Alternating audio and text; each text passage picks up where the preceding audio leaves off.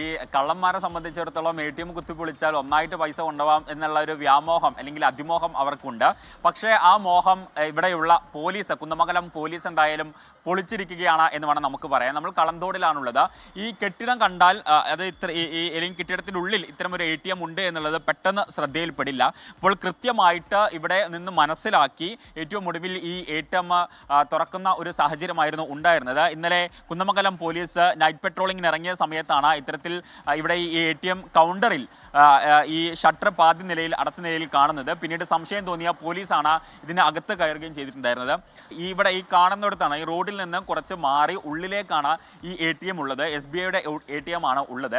പക്ഷേ ഇത് പാതി നിലയിൽ ഷട്ടർ താത്തിയ നിലയിലായിരുന്നു. അപ്പോൾ സംശയം തോന്നിയ പോലീസ് സംഘമാണ് ഇതിനകത്ത് കയറുകയും ഷട്ടറിന് മുട്ടുകയും ചെയ്തത്. അപ്പോൾ ഷട്ടർ ഉള്ളിൽ നിന്ന് ലോക്ക് ചെയ്തതാണെന്ന് മനസ്സിലാക്കുകയാണ്.